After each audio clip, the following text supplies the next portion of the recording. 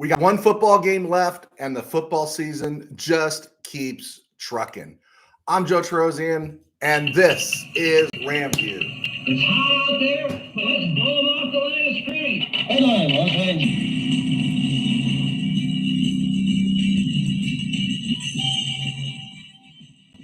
Live from the Ram Cave, I'm Joe Trosian, and this is RamView, the January 31st, 2024 edition, brought to you by Kistler Law Firm. Injured in an auto accident? Need help? Got questions? Call Kistler Law at 661-206-6990. That's Kistler Law at 661-206-6990. And check out KistlerLawFirm.com. That's one word, KistlerLawFirm.com. Kistler Law, they've been fighting for you since 92. And by Temple City Auto Repair. Having some auto issues? Get yourself some John and Henry at TempleCityAutoRepair.com. And of course, by Granite Ridge Christian Camp, a place where your life can change. And we're ready to talk a lot of Ram stuff, a little bit of Super Bowl, just some basic stuff here as we're kind of in that in-between time between the Super Bowl and the NFC title game, AFC and NFC title games. And I used to call this, this is the silly season, because the media needs something to talk about.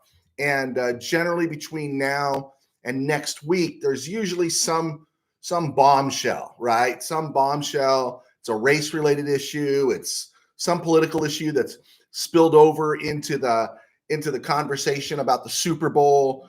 There's always some lawsuit that comes in. And so I kind of called it the silly season. But here's the funny thing. I saw this thing. I don't know where I was. I saw it, came across my feed, and I don't click on everything. I don't click on hardly anything. Sometimes you just read the headline and see the source, if it's BuzzFeed or something, and you just ignore it and you take it for what it's worth in the headline. And but I saw they said of the 100 top rated broadcasters shows last year in 2023, 93 of them were NFL football games, and 94 was a post-game show or the show that followed that. Someone fed that to me, and I'm not sure how true that is, but it is interesting how little TV people watch, but they will watch football.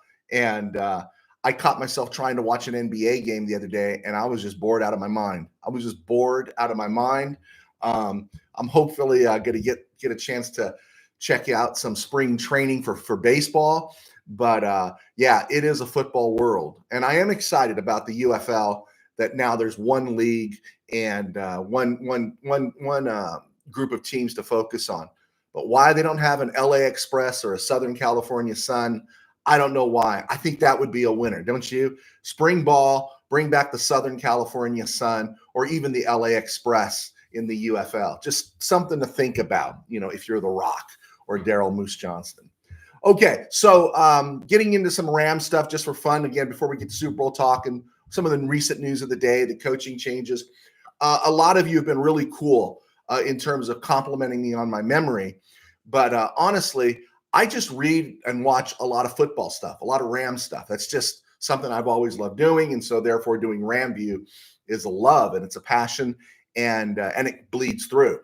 So last night, there was no football on, right? And I didn't want to watch the basketball game. So I went back, God bless YouTube, and watched the Mud Bowl. December 26, 1977.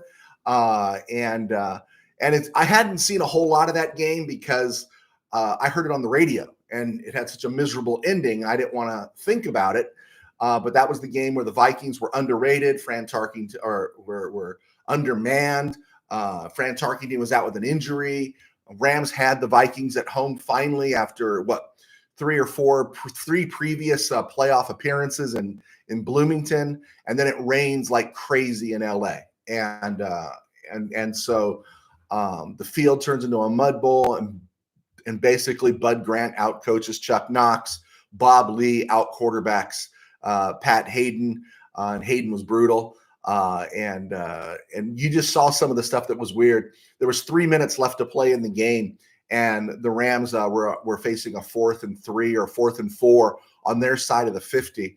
And there's 3 minutes left. Now they had their timeouts, but they're down 14 points. And they brought in Glenn Walker, the former USC punter, to punt. And the Rams eventually got the ball back with 2 minutes to play, and they scored a touchdown to make it 14-7, and they recovered the onside kick. But people would go absolutely crazy nowadays if a team was down with 3 minutes to play by 14 points on a 4th and 3, and they decided to punt the ball. Just so much how the NFL has changed. But as I listened to this game on the radio, I was reminded it was Dick Enberg's last call for the Rams. It was Harold Jackson's last game with the Rams because he was traded that summer, the following summer, when George Allen got there. He was traded to the Patriots. It was also the last time Lawrence McCutcheon was a top flight back. He never went over 1,000 yards again. He had just passed Dick Bass as the Rams' all-time leading rusher at that time. He had hamstring issues and only ran for like 420 yards in 1978. And by 1979, it was Wendell Tyler's world, right? So that was about it for Lawrence of Los Angeles after 5 great years. And then that was it for Chuck Knox. It was Chuck Knox's last game with the Rams. He was kind of tumultuous after the 76 season when it looked like he was going to go to Detroit. Rams gave him a contract, and he stayed with the Rams through 77. But as I was watching this on YouTube, this game, and maybe it's my age, maybe it's because I've literally written 1,000 game stories covering football, mostly high school and college, a little bit of pro, but not much. Maybe it's because you continue to learn as you get older. Maybe it's because we weren't as nuanced when we were young. We weren't nuanced enough to understand what sports writers of that day were saying, or maybe the sports writers themselves weren't really seeing things the way they should have been seen. But as I was watching the Rams play, the Rams and everyone, they were kidding themselves if they thought Pat Hayden was really the answer in getting the team to the Super Bowl. They were kidding themselves. Now, I'm a big Don Klosterman fan. Don Klosterman should be in the Hall of Fame. And I don't know if James Harris was ultimately the answer. But moving off of Harris to Hayden, who was scrappy, who was smart, who was a classic backup quarterback, to think he was the guy. I know Rosenblum liked him because he was the Southern California kid, the blonde-haired guy that they could market and everything. But they were kidding themselves. And I don't know how much Chuck Knox fought that, but you know what? I wouldn't have been so committed to Hayden after I pulled Joe Namath. I would have found a way to get Joe Namath in. And I do remember reading and hearing a little bit about after the Mud Bowl game that some of the veterans were wondering why Chuck Knox didn't go back to Joe Namath in that game. And because you could just see Hayden was overmatched. Hayden also, the ball was wobbly in his hands and everything. But I'm going somewhere with this. Trust me. I know you're thinking, what does that have to do with the price of lettuce in 2024? But let me just bring you up to speed on this. The Rams were kidding themselves, and we were kidding ourselves as Ram fans to think we had a shot with Hayden in 77 or 78. They weren't going to win in Dallas again in 77 with Hayden, and they weren't going to win against Dallas at home with Hayden in 78. And, of course, they didn't. But in 1976 and 78 and 79 until he was injured, you have to wonder when Hayden was injured in Seattle, you have to wonder what Malavasi was thinking, right?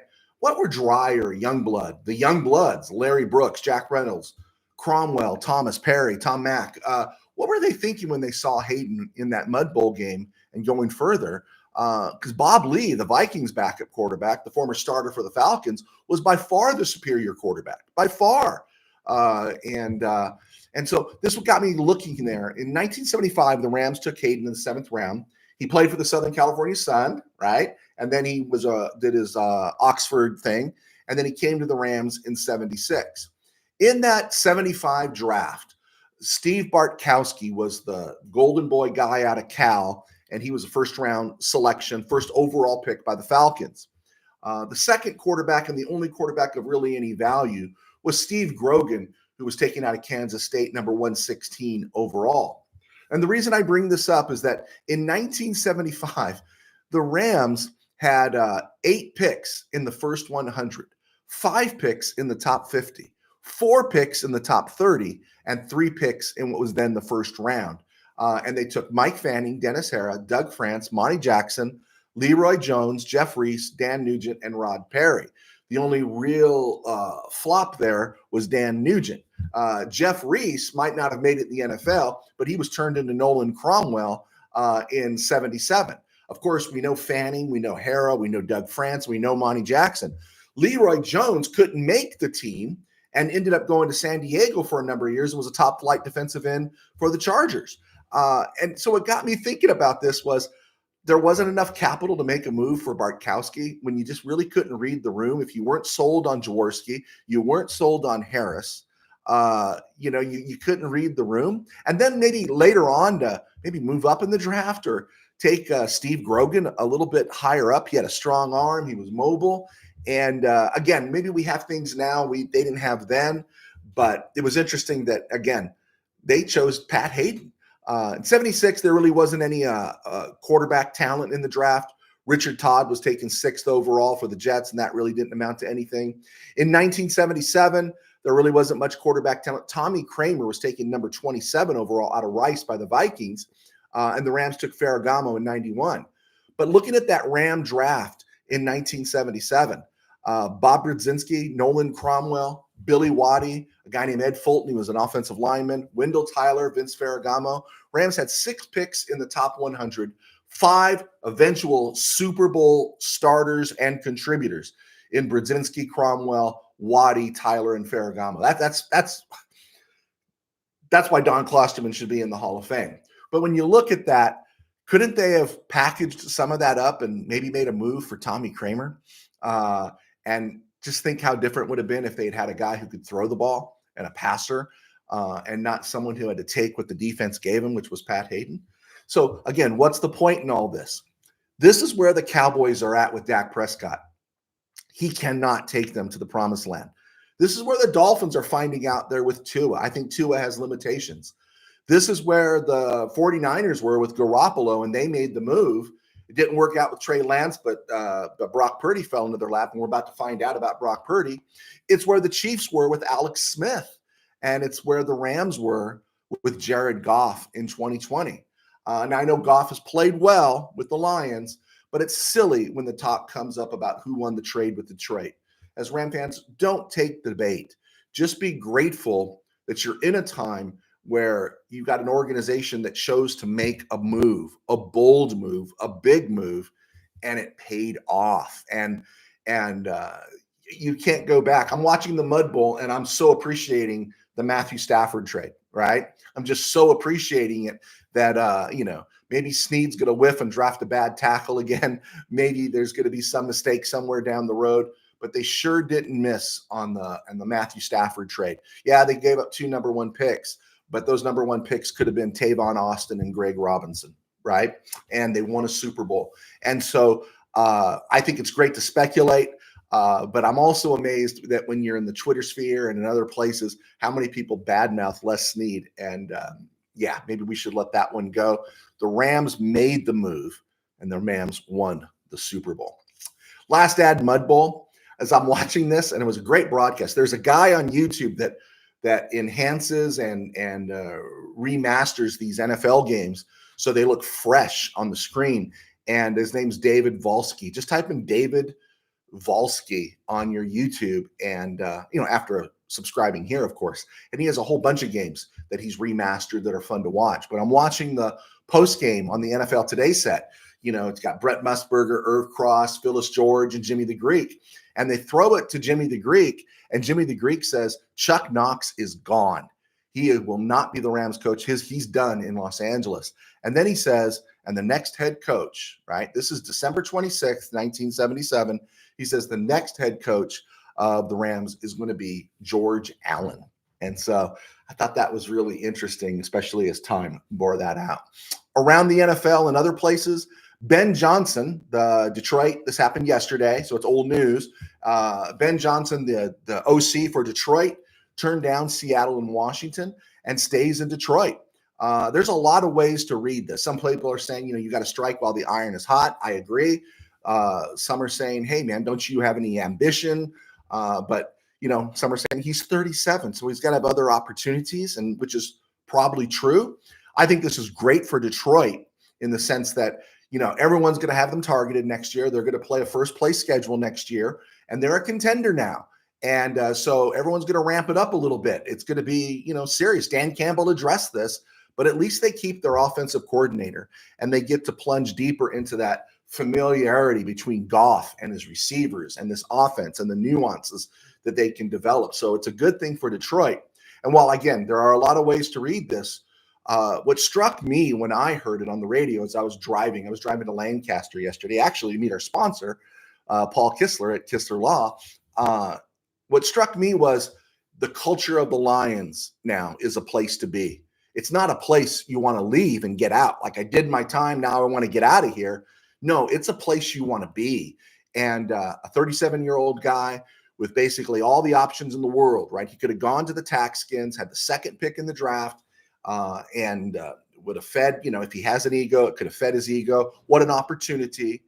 And instead, he chooses to stay. And I think, this is a great place to be. I got someone I like working with. It's a great testimony to the culture of the Detroit Lions. So good for them.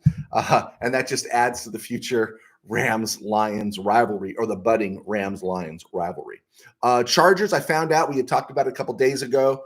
I didn't know what they were paying, but they're basically giving him 16 rocks a year for 5 years. So the Spanoses did open their checkbook, because they sure wouldn't have paid Leslie Frazier that much. I don't think they'd have paid Mike Vrabel that much. I don't think they'd have paid Steve Wilkes that much. I don't think they would have paid Kellen Moore that much. But Jim Harbaugh merits 16 rocks, and that dude's all in. And he's got his introduction luncheon tomorrow, and I'm sure some exciting things are going to be shared there. But yeah, for Charger fan, I got a Charger fan visiting my church this Sunday.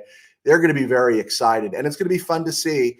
I think it might be a rocky first year, although he's won first year every place he's gone, but they got to make some hard decisions on guys like Khalil Mack, Joey Bosa, Derwin James, paying them way too much money. They're in salary cap Hades right now, so they got to make a choice. Seattle did hire Mike Macdonald, the Ravens DC. McDonald was an interesting thing, because I think so many people thought, I even have it in my notes, that Dan Quinn was going to get the job. And everyone thought, right, slam dunk. Forget about Bill Belichick, who we talked about on Monday, but everybody thought Dan Quinn was a slam dunk. Oh, he's going to be a head coach next year. Right? And, you wonder, between the coaches that were available, the coaches that were out there, and that really rotten performance against the Packers on Wild Card Weekend, you have to wonder if teams said, yeah, maybe we should ease off on this Dan Quinn stuff. Maybe Dan Quinn is like the Alex Smith of coaches, right? He's good enough to get you there, but not good enough to hold on to a 28-3 lead in the fourth quarter of the Super Bowl. Just saying. McDonald, though, he's interesting because he was with the Ravens and then went to Jim Harbaugh in Michigan for a year, and he was promising enough as a DC that John Harbaugh moved off with the venerable, I don't want to say legendary, he's not at Buddy Ryan status, Wink Martindale. Remember, Wink Martindale was an institution in Baltimore, and John Harbaugh moved off Wink Martindale and brought in Mike Macdonald. And for 2 years, he had a nice run, and now he's going to Seattle. And it'll be interesting to see how he parlays that, because I think the Seattle defense is solid. I think the cupboard is not bare in Seattle, except when you get to the quarterback room. So it'll be interesting to see how that plays out. But it was a good move for the Seahawks. So let's keep this thing moving. And I will answer questions when we get to the break here. If you guys are there, sometimes I see you, sometimes I don't. Hit the like button or leave a question. I'm happy to answer them. I'm trying, hopefully, by the start of the new season, which is the new football season, March 13th. That's when the new league season begins. I'm hoping to stabilize exactly a regular start time for the show. Right now, I'm doing a lot of feeling around and getting things right before we institute a set thing. So be patient, and I thank you for your patience. So one thing I wanted to pop on is I listened to the radio yesterday driving. Like I said, I was driving to Lancaster. I was out of town for a while, so a lot of time on the road. And I put on Colin Cowherd. And Colin Cowherd could say what he wants to say. He is the most talented guy behind a microphone in sports. Fully agree. He is super talented.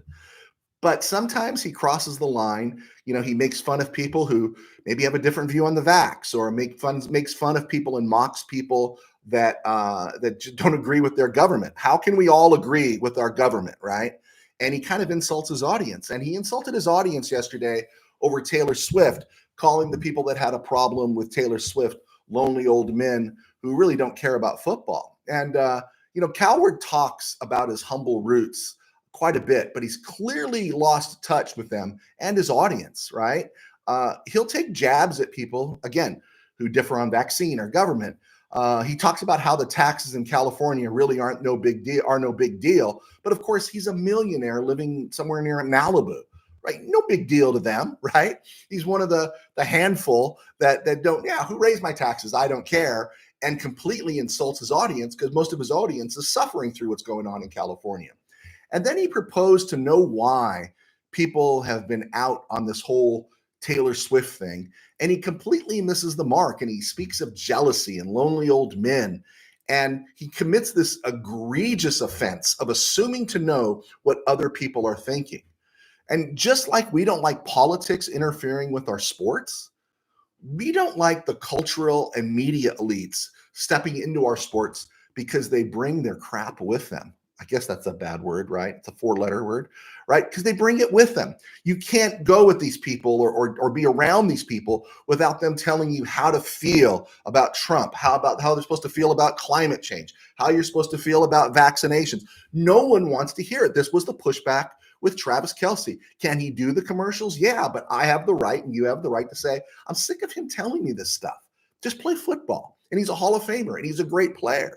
And for the record, I brought this up and I kind of defended Taylor Swift last week. I said, I don't like any of the Hollywood types around football. I cannot stand The Rock and the monologues he does. I don't want to see Eminem, and I don't care. You don't need to show me Matthew McConaughey on the sideline at a Texas game. And Cowherd was saying, oh, we have no problem with them, but we have a problem with Taylor Swift. We have no problem with Jack Nicholson, but we have a problem with Taylor Swift. And I have a problem with all of them, the exception being Nicholson. Because, again, presuming to know what he doesn't know, Cowherd doesn't know that Nicholson wasn't a product of the Showtime era with the Lakers. Nicholson was there in the 70s when the Lakers sucked, okay, after West, when Goodrich was the last piece of that original 71-72 team around, when they first got Kareem and they were losing to Portland and Seattle every year in the playoffs. Nicholson was there. How do I know Nicholson was there? Because I was there. It was a big deal to see Jack Nicholson, and he was there when the team was bad, right? And the team wasn't winning titles, right? And then everyone came out of the woodwork in the 80s, and you know what? I really didn't need to see Chevy Chase, Arsenio Hall, Rob Lowe, and all those things. It was gross. It was offensive because basically they were just parasites looking to cling on to a bandwagon. Now, Taylor Swift may or may not have a deep relationship with Travis Kelce. But I don't believe she knows anything about football. Therefore, I don't care to see her because it adds nothing to the game. And I'm not a lonely old man. I might be an old man, but I'm not lonely. I wish I was a little lonelier. I'd get more stuff done. So the same is true. We don't want the politicians or the hangers-on. We don't really care to see them. I don't want to see rap guys in the suites, throwing out cash, making it rain with strippers and twerkers in their luxury suites. We don't care. We just want to watch football. And Cowherd, again, is the most talented sports guy behind a microphone, hands down. But he is part of the KBM, what I call the Kiss Butt Media. And instead of sharing with you his thoughts, he has this sense of entitlement where he believes he can insult you and tell you what is what and what is true. And that's where I take umbrage with it, because I'm sitting there going, dude, how do you presume to know why everyone doesn't like the Taylor Swift thing? It's not because of her music. It's not because she's dating Travis Kelce. It's because you've got these entertainment people who are as bad as our politicians. They feel like parasites sucking the life out of something that's not in their lane. And so my thing is to Colin would be, Stay in your lane, bro. Stay in your lane, and I'll stay in mine, and we'll stay in ours. Just give us football. All right. I'm Joe Terosian. I was a sports writer for 21 years. I worked at Mid-Valley Sports. I was one of the founding members there. Those guys, Tim and Dwayne, are still in the room covering the Chargers, and they're doing cartwheels because now Jim Harbaugh is now the head coach there because I took every cheap shot as possible at the Chargers, but they're following the Chargers, so good for them. But I do RamView, and I'm really happy to do RamView. I am brought to you by Kistler Law Firm and Temple City Auto.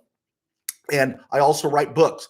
My books are on Amazon, and you can check them out on Amazon. Just type in my name, Joe Terosian. I've written 2 high school football novels. One is called Tangent Dreams. There's another one above the On the Air sign called Temple City and the Company of the Ages. My football books do better than my other books. They're novels.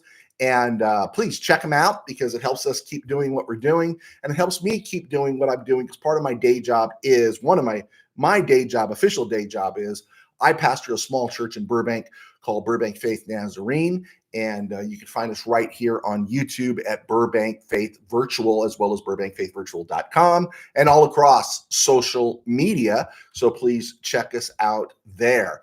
I don't have any questions that came to me from a sidebar. I don't know if I got any here right now. All right, we got Steeler fan Rob in Missouri. Senior Bowl practices are on. Get some good ideas on some of the players that will be in the draft. Oh, yeah, I agree. I do like watching that. I've been checking some of that out in terms of the Senior Bowl. And if you're a Rams fan, historically in the Snead era, especially the McSnead era, there are a lot of players that pop up on that second and third day that the Rams saw at the Senior Bowl. So, yeah, these things are worth watching. If not, you don't want to watch all the practices, watch the games, make notes. And then later on when you're tracking like, well, who is it they're going to take in the 5th round? See if the guy played in the Senior Bowl, and that might give you an indication of where the Rams are leaning. I agree. Steeler fan Rob in Missouri. Bill, do you think the Rams will announce a big trade on March 13th? I don't know. I don't know if the Rams have to make a big trade, Bill. Do you have one in mind? If you have one in mind, shoot it to me, and we can knock it around a little bit. But I don't know if the Rams are going to make a big trade. If maybe the trade is leading up to the draft, I have a hard time thinking the Rams would move up, but I have no problem with seeing them moving back. And of course, with Raheem Morris going to Atlanta, the Rams also have a 2nd, 3rd round pick. So they'll have 3 in the top 100, and then that 2nd, 3rd round pick will probably come in at 103, 104, 105, because that's where Ernest Jones and Logan Bruss came in, and they were the picks the Rams got for for Brad Holmes becoming the general manager in Detroit. So I don't know. I don't know if the Rams are going to make a big trade. I'm curious about, are they going to do anything creative with Joe Noteboom or Brian Allen? I'm hoping they don't. I like the depth. As long as our window is open, I think we should keep those guys. Okay, what does Bill say here? Do the Rams draft a tight end or go to free agency? I would say they draft a tight end. I think they draft a tight end on the 3rd day, kind of like where they drafted Davis Allen. Bryson Hopkins, low chance he's coming back.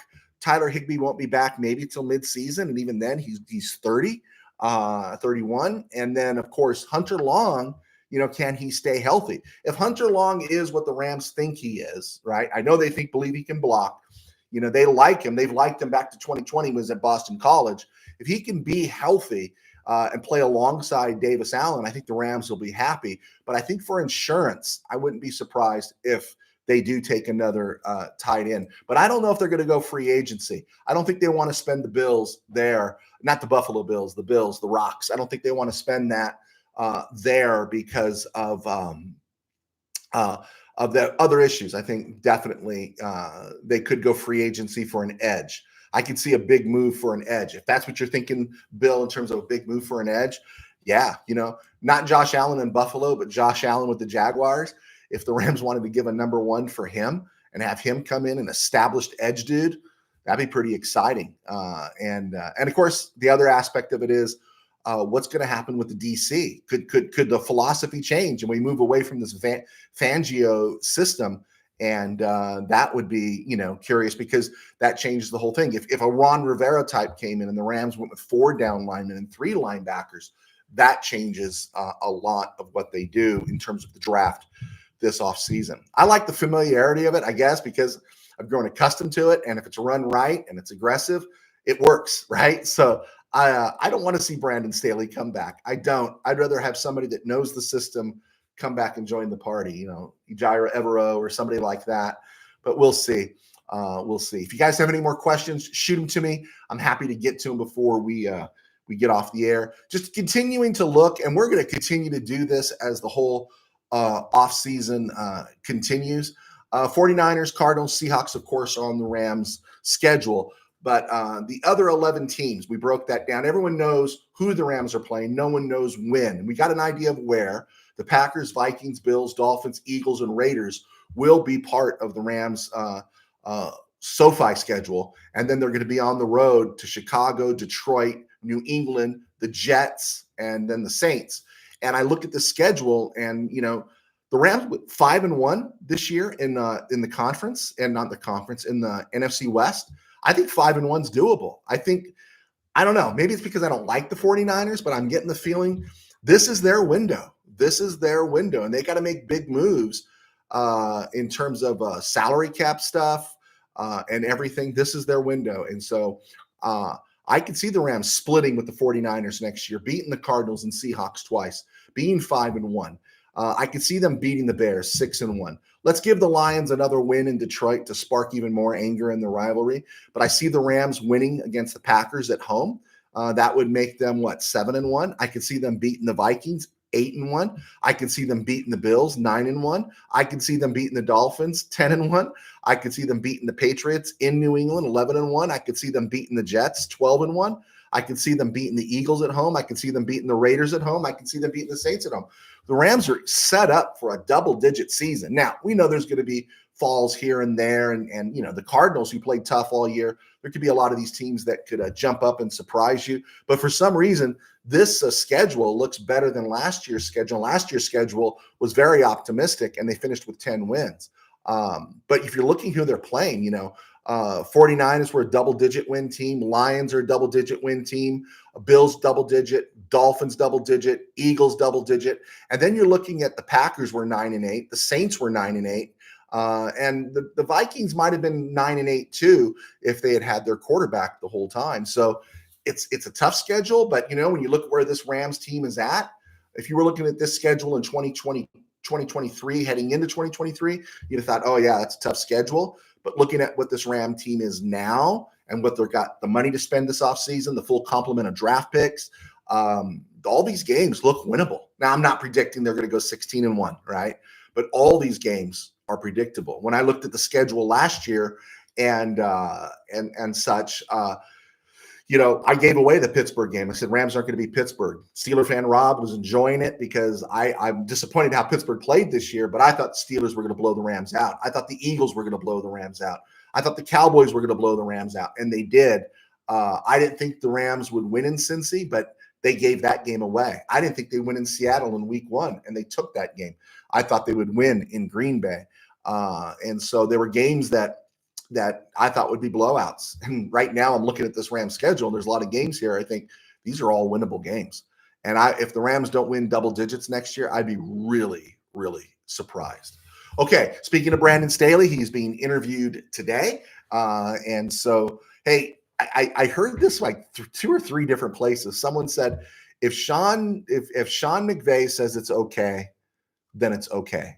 That means even if Bill Belichick becomes the Rams DC, I know that was some crazy idea that was floated, but if Sean McVay was down with it, I think as Ram fans, we would be down with it, right? We should be. If it's Ron Rivera, we're down with it. And even though I don't want Brandon Staley back, yeah, I'm down with it. You know, if it's Evero, I'm down with it. If it's Denard out of Baltimore, yeah, I'm down with it. So we'll see. News today on just personnel front. Rams assistant special teams coach, Jeremy Springer signed on to become the special teams coordinator with the Patriots. And I'll be honest, I did not have this guy anywhere on my radar. I'm familiar with the coaching staff, but I just didn't have him anywhere. So I can't say I knew this was coming. But since the Rams are keeping Chase Blackburn as a special teams coordinator, a little subtraction from that room couldn't hurt. Maybe a new voice come in and teach the players how to, you know, maybe stay in your lane, bro. Stay in their lanes on those punt returns and kick returns. Maybe that would be a good thing. So I did get this one remark from listener Bob. I was calling the Chiefs 49ers the Joe Montana Bowl, the Steve Bono Bowl, the Elvis Gerbach Bowl, because these were all 49er quarterbacks who ended up starting for the Chiefs. He says, Joe, you missed one. And I go, which one did I miss? And he says, the Alex Smith Bowl. So can you believe that? The Chiefs and 49ers, and there are 4 quarterbacks that played with the 49ers that ended up becoming starting quarterbacks for the Chiefs. That's pretty wild. That's pretty wild. We're going to, again, get more into the Super Bowl coverage. I don't want to get too much into the breakdown and everything this soon, but we'll get into that more and more as the season wears on, or the silly season wears on, and we get into next week. On this date I did have one thing. Talking about a DC. We were talking about a DC and being creative. And this was just an idea, and I'd love for somebody to beat me down with it. That's cool. Beat me down. It's all right. But I had this idea. Wouldn't it be fun to see the Rams, given that Aaron Donald still has a lot of spring in his legs? He's strong. He might be a little light. But wouldn't it be great to see the Rams employ a defense where Aaron Donald could line up wherever he wants, maybe stick him on the edge a little bit? Maybe in certain situations you back him off the line and let him pick when he wants to come up the middle a little bit. Just be a little creative instead of just putting him at that interior spot. They did line him up wide quite a bit this year, but I'd love to see more creativity in that regard. And if, of course, you were going to do that, you'd have to get another big dude to play alongside the conductor down the interior line. I'd love to hear your thoughts on that one. Okay, on this date, January 31st in Ram history, not a whole lot, but I will throw one in there. I'll throw a couple in there. On this date in 1973, the Rams traded longtime veteran cornerback Clancy Williams to the Redskins. Clancy Williams played part of 72. He was done, but they were reuniting him with George Allen with the Redskins. Rams got a 15th round pick. Didn't amount to anything for him. Also in 73, the Rams acquired Jerry Logan from the Colts. Now, Jerry Logan was a longtime safety with the Colts, and that was a Rams position that was kind of up in the air. If you remember, it ended up being Steve Priest. Jim Nettles had been there along with Elmendorf, and the Rams, I think Klosterman, because of those old Colts roots, they sent a 10th round pick to the Colts for Jerry Logan just to see if he had anything left in the tank. He did not. Happy birthday to Ronnie Rivers out of Fresno State. Ronnie Rivers turns 25 today. Happy he's still with the team. But on this date, 1968, Rams are holding their draft in the 12th round at 323 out of Jackson State. They drafted Harold Jackson. The Rams drafted Harold Jackson, and he didn't play hardly at all for George Allen and was shipped off the next year and became an all-pro with the Eagles. Later on, after Allen was gone, when Roman Gabriel was traded to the Eagles, Harold Jackson was brought back and then solidified himself in Rams history and Rams lore. He's a receiver that needs to be in the Hall of Fame. Even watching him in the Mud Bowl, the very few catches he had, that guy should be in the Hall of Fame. It's a travesty that he's not. And again, if the Rams had picked off one Super Bowl appearance, or he played in all those championship games in 74, 75, 76. He was on the playoff team in 77 and 73. He was also on Chuck Knox's conference final team in 83 with the Seahawks. He picks off any of those appearances in those games, a Super Bowl, maybe a Super Bowl appearance with the Patriots in the late 70s. He's in the Hall of Fame. And it's a shame that he's not, and he really, really should be. But remembering Harold Jackson on this day when the Rams drafted him, I guess you give credit to George Allen. I guess you can give credit to Crazy Legs Hirsch. He was technically the Rams GM in those days. So we got that out of the way. Also on this day, not on this day, tomorrow, since we're not on the air tomorrow, February 1st, I thought it was interesting that I mentioned what's his name? George Allen, right? And on December 26, 1977, when the Rams lost the Mud Bowl, the postgame, Jimmy the Greek Snyder said, this is Allen's last game, not Allen's last game. It's Chuck Knox's last game. He's done in Los Angeles. And he said, George Allen will be the head coach of the Los Angeles Rams in 78. And on February 1st, 1978, George Allen was introduced as the next head coach of the Los Angeles Rams. Jimmy the Greek, controversial in a lot of things, but the dude had his connections. He knew his stuff. Real quick, last thing we want to mention is on February 1st, 1972, Rams take two running backs one in the second round, one in the third round. At 30th overall, they take a guy out of Texas named Jim Bertelsen. And in the third round at number 70 overall, they take a dude out of Colorado State named Lawrence McCutcheon. And on that day, February 1st, 2006, legendary Ram running back Dick Bass passed away at the age of 68. You look at Dick Bass's build and you look at Kyron Williams' build, and it looks a lot similar. I didn't see a lot of Dick Bass. I only saw Dick Bass in highlights. I'll let Steve Ramirez, sports writer extraordinaire, correct me on that one in terms of if there's a good comparison between Dick Bass and Kyron Williams. Okay. All right. Let's see. Bill had a couple questions here. Last question. Bill says, I like the fact that a lot of the Rams' tough games are at home and they are winnable. Yeah, a lot of their games are at home, that the tough ones are at home. They do get the Jets and New England on the road. That's really good. The only question is, when do you get the Jets and New England on the road? Do you get them in September, or, do you get them when there's having a nor'easter in December or something like that? The other one that's interesting that I've heard more than a few people say to me, they think that Rams Lions game, if it's not a Sunday night game or the Thursday night season opener, which I think Detroit already did that, then it's likely that Rams Lions game could be on Thanksgiving. I hope it's not on Thanksgiving. I don't want it on Thanksgiving because, and I don't want to have to stress getting rid of family. It's like, dude, get out. I watch most of the football games on Thanksgiving. I watch them all on delay. I get everyone out, and then I watch all 3 games. Maybe the first one I'm kind of watching while I'm setting up, but the last 2 I usually have to watch on delay. And I don't want to do that with a Ram game. Too much room for error, because everyone's sending you thoughts on Thanksgiving, and then they might inadvertently send you a score. And that's not too cool as far as I'm concerned.